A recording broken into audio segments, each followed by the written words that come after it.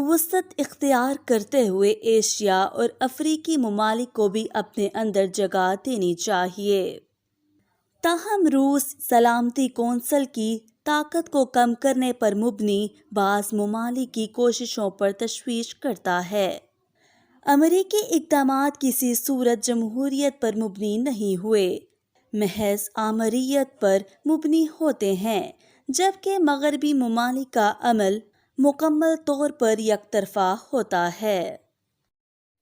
تحریک انصاف کے رہنما پرویز خٹک نے 3 دنوں میں حکومت گرنے کی پیش گوئی کر دی ہے۔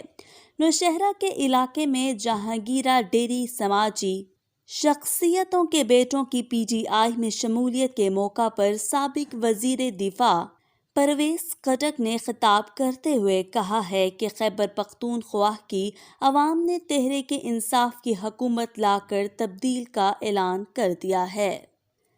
عمران خان کو پھر سے اقتدار میں لانا عوام کی ضد ہے۔ پرویز خٹک نے کہا کہ نواز شریف اور زرداری ملک سے مخلص نہیں ہیں، انہوں نے عوام کو لوٹا ہے اور مسلسل لوٹتے جا رہے ہیں۔ تحریک انصاف کی مقبولیت کی واحد وجہ نوجوان ہیں۔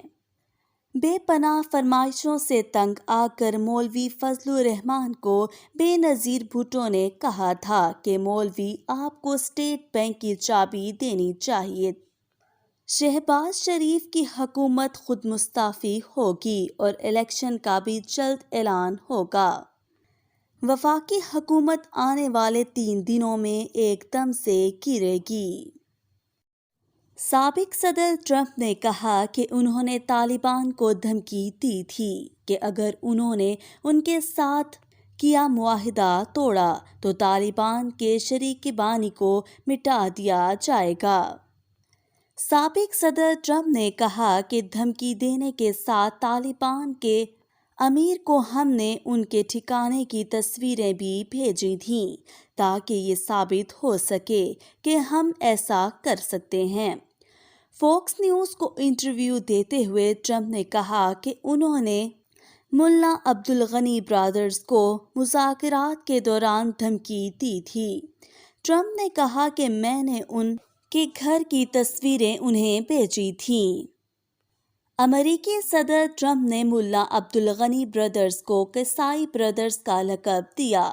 مولانا برادر ٹرمپ کے دور میں امریکہ کے ساتھ طالبان کے مذاکرات میں شامل تھے، جبکہ وہ اس وقت افغانستان میں نائب وزیر اعظم ہیں۔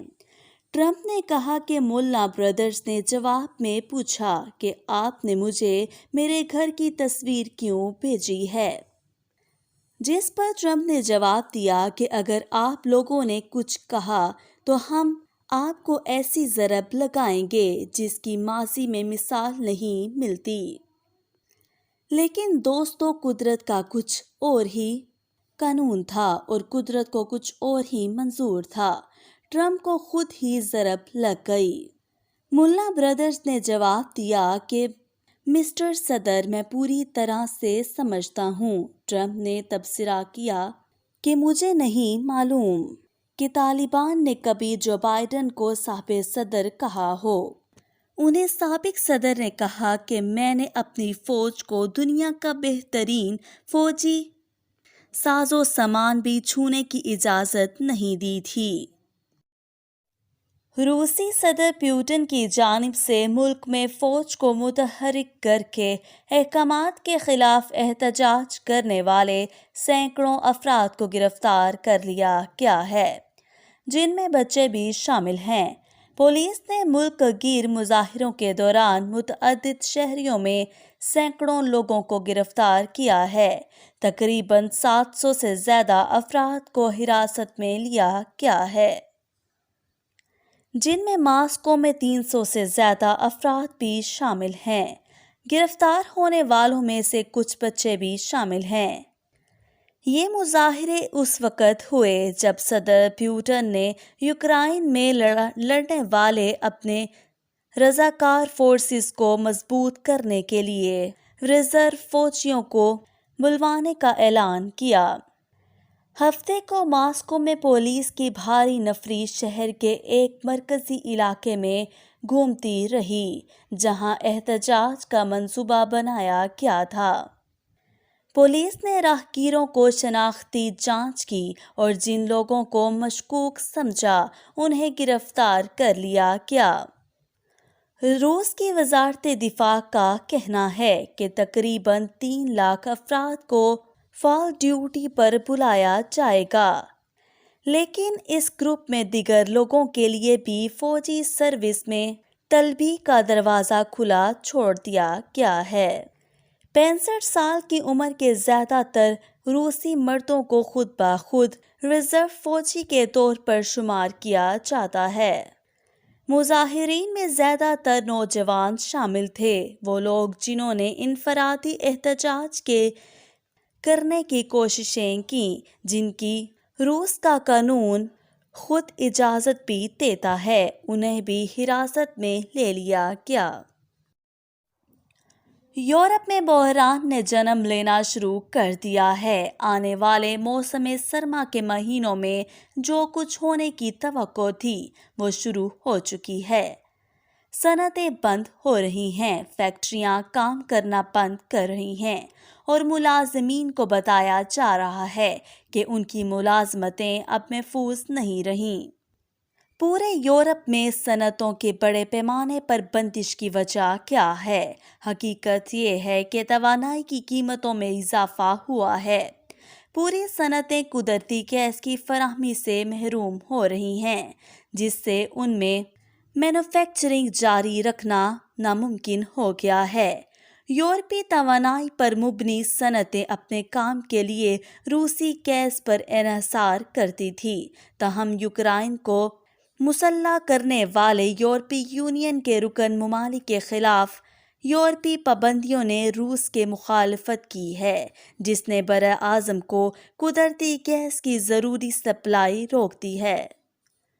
یورپ پر دباؤ ڈالنے کے لیے روس نے رسد میں کمی کر دی ہے۔ یورپ کم آلودگی پھیلانے والے ذرائع جیسا کہ گیس، جوہری توانائی اور ونڈ انرجی سے بننے والی توانائی پر زیادہ انحصار کرتا ہے، تاہم مستحکم موسم کے باعث ونڈ انرجی اتنی توانائی پیدا نہیں کر پائی اور جوہری توانائی کی تنصیبات بھی پرانی ہوتی جا رہی ہیں، اس لیے ان پر مکمل انحصار نہیں کیا جا سکتا۔ دوسری جانب گیس کے کم ذخائر ہوتے جا رہے ہیں، جس سے بحران نے سنگین ہونے کا خدشہ ہے۔ ایشیا میں ممالک ایل این جی کا درآمد ریکارڈ قیمتوں پر کر رہے ہیں، جبکہ چائنا، جو گیس کا سب سے بڑا خریدار ہے، وہ بھی اب تک اپنے ذخائر پورے نہیں کر سکا، جبکہ پاکستان میں قدرتی گیس کے ذخائر ایک اندازے کے مطابق 12 سال میں ختم ہو جائیں گے۔ رسد کم ہونے اور طلب زیادہ ہونے کی وجہ سے عالمی سطح پر بولیوں کی جنگ بھی ہو سکتی ہے، جس کا مطلب چائنا گیس کے لیے بولی لگائے گا اور اس کے کامیاب ہونے کا امکان یورپ سے کئی زیادہ ہیں۔ چائنا نے کہا کہ وہ تائیوان کے حوالے سے غیر ملکی مداخلت کے خلاف کھڑے ہونے کے لیے سخت ترین اقدامات کریں گے۔ جب چائنا مکمل طور پر بھی متحد ہوگا، تب ہی آپ نئے تائیوان میں حقیقی امن قائم ہو سکتا ہے۔ چائنا غیر ملکی مداخلت کی مخالفت کے لیے سخت ترین اقدامات کرے گا۔ عوامی جمہوریہ چین واحد حکومت ہے جو پورے چین کی نمائندگی کرتی ہے۔ چائنا کا اصول بین الاقوامی تعلقات میں ایک بنیادی اصول بن چکا ہے، جو کوئی بھی جزیرے کے ساتھ متحد ہونے میں ان کے عزم کی راہ میں رکاوٹ بنے گا۔ تاریخ کے پہلوؤں سے اسے کچل دیا جائے گا۔ آج کے لیے بس اتنا ہی، کل ملیں گے نئی خبروں کے ساتھ، تب تک کے لیے اللہ حافظ۔